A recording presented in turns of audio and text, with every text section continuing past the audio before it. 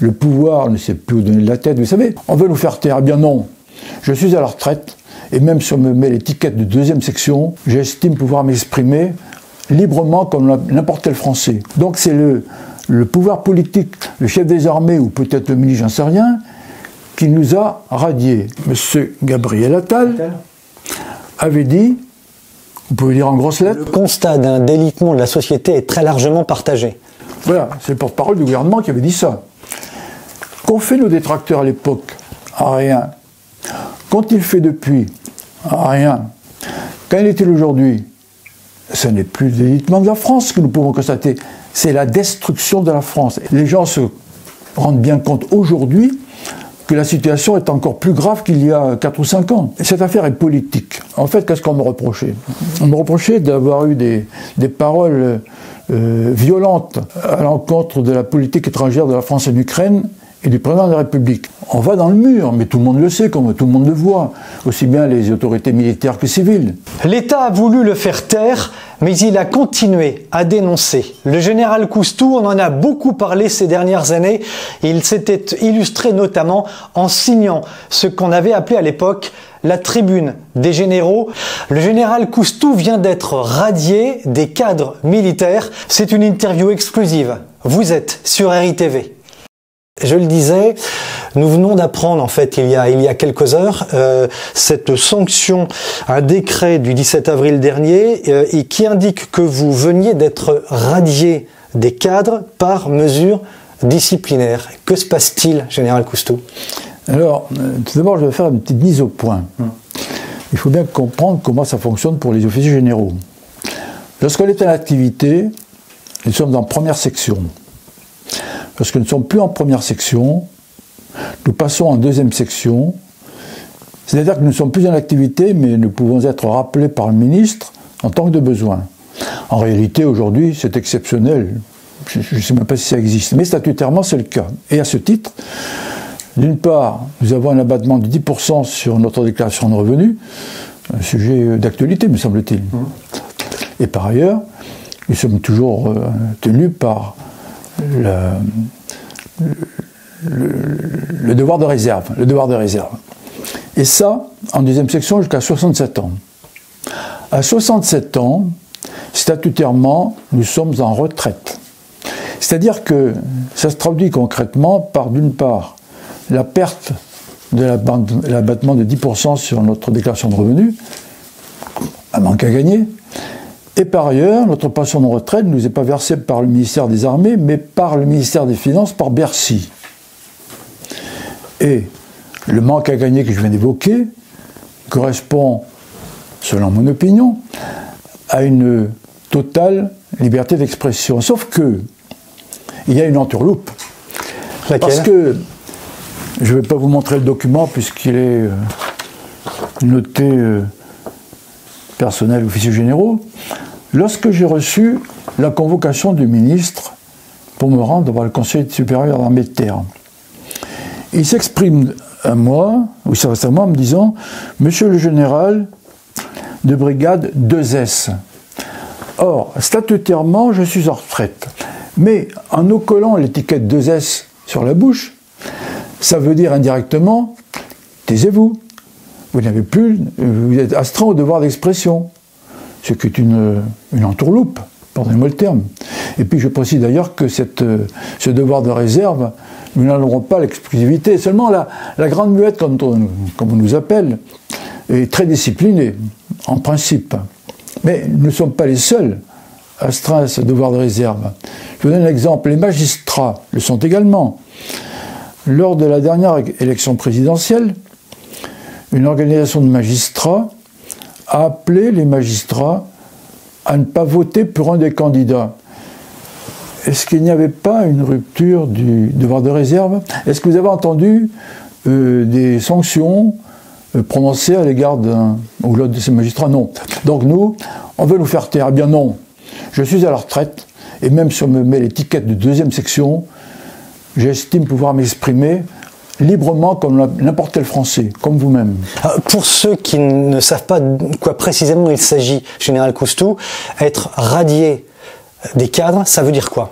Alors, il y a concrètement 3 mesures. D'une part, nous perdons notre carte d'identité militaire. Deuxièmement, nous avons interdiction de porter l'uniforme. Interdiction de porter l'uniforme. Oui. Et troisièmement, nous perdons notre fameux quart de place, c'est-à-dire réduction sur la SNCF. En fait, cette sanction est plus infamante qu'autre chose, car on nous rabat au titre d'un mandat citoyen, c'est pas péjoratif ce que je dis, mais quand je suis entré à Saint-Cyr, je connaissais la règle du jeu, je savais que je pouvais donner ma vie pour la France, si les circonstances l'avaient exigé. On fait de notre passé table rase, et c'est en cela que la sanction est infamante. Voilà. Et c'est politique. Général Coustou, on vous a beaucoup vu, beaucoup entendu ces derniers temps. Moi-même, je le disais, je vous ai interviewé longuement à 2 reprises. Vous avez eu la liberté de vous exprimer pleinement. Je veux quand même rappeler à ceux qui vous connaissent moins que en 2018, avec l'appui de vos confrères et de vos frères d'armes, vous aviez écrit à Emmanuel Macron lui demandant d'abord de ne pas signer le pacte sur l'immigration de Marrakech, et puis un peu plus tard, 3 ans après, vous aviez signé une tribune des généraux, lettre signée par 61 généraux et des milliers de militaires qui avaient fait énormément de bruit. Pourquoi cette tribune? Parce que vous étiez très inquiet de la situation de la France. Est-ce que vous payez cette liberté d'expression aujourd'hui? Oh, ce n'est que la marque de... La marque de la bête? Non, la marque du fait que le pouvoir ne sait plus où donner de la tête. Vous savez, un chef d'État, lorsqu'il sait que le peuple ne le suit plus, pour regrouper les troupes derrière lui, il se trouve un ennemi extérieur. De là, ces déclarations belliqueuses de notre président. Alors en fait, en 2021, nous étions 6 généraux à avoir été convoqués devant un conseil supérieur d'armée et nous n'avons pas été sanctionnés. Aujourd'hui, c'est complètement différent, sauf que, à l'époque, nous avions dénoncé le délitement de la France, ou plutôt nous avions demandé à nos gouvernants de faire quelque chose pour l'arrêter. Je rappelle quand même que le porte-parole du gouvernement de l'époque, M. Gabriel Attal, avait dit, vous pouvez lire en grosses lettres... Le constat d'un délitement de la société est très largement partagé. Voilà, c'est le porte-parole du gouvernement qui avait dit ça. Qu'ont fait nos détracteurs à l'époque? Rien. Qu'ont-ils fait depuis? Rien. Qu'en est-il aujourd'hui? Ce n'est plus le délitement de la France que nous pouvons constater, c'est la destruction de la France. Et la destruction de la France. Oui, et c'est ce que je dénonce chaque fois que j'en ai l'occasion. En particulier, il y a un certain nombre de livres qui ont été écrits à l'intention du président de la République. C'est pas moi qui les ai écrits. Les auteurs sont toujours libres d'expression, ils n'ont pas été traités devant les tribunaux. Macron, le fossoyeur de la France, le traître à l'Union, le président toxique, celui qui n'aimait pas la France, j'en passe et des meilleurs.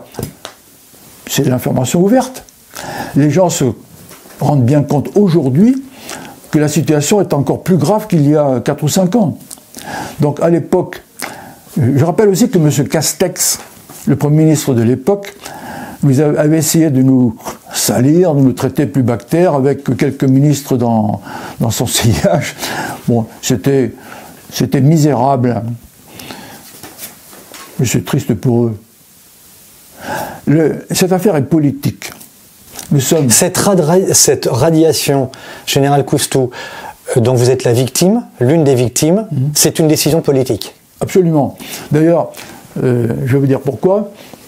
Cette décision, j'avais dit au Conseil supérieur d'armée que si elle arrivait, ce serait pour moi une 2e Légion d'honneur.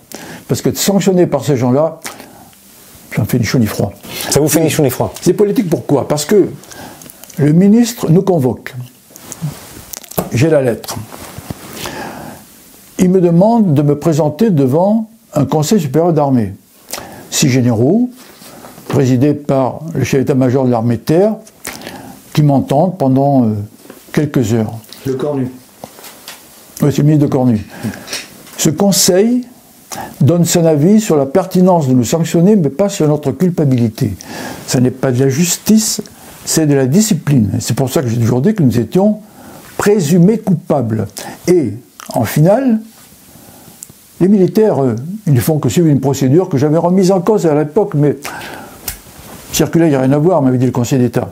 Donc c'est le pouvoir politique, le chef des armées, ou peut-être le ministre, j'en sais rien, qui nous a radiés, le général Pélizari, moi-même. Donc le politique nous convoque, le politique nous sanctionne s'il le souhaite. Le Conseil d'armée, lui, il donne un avis. Donc c'est politique. Un autre de vos confrères a été également sanctionné, général Coustou. Oui, le général Pélizari, Paul Pélizari. Vous vous êtes parlé, vous avez échangé? Oh ben oui, on se connaît bien. En fait, qu'est-ce qu'on me reprochait? On me reprochait d'avoir eu des paroles violentes à l'encontre de la politique étrangère de la France en Ukraine et du président de la République. Le président de la République, je n'ai fait que dire ce que je viens de citer, et puis j'avais dit également chez M. Berkoff que l'ennemi de la France n'était pas Vladimir Poutine, c'était notre président. C'est ce que vous avez dit, oui. Ah ben oui, je vous rappelle quand même que j'ai eu des menaces de mort.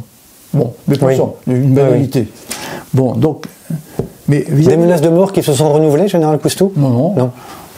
Non, parce que j'ai passé une visite médicale, je suis en très bonne santé, je l'avais dit à l'époque d'ailleurs. Oui.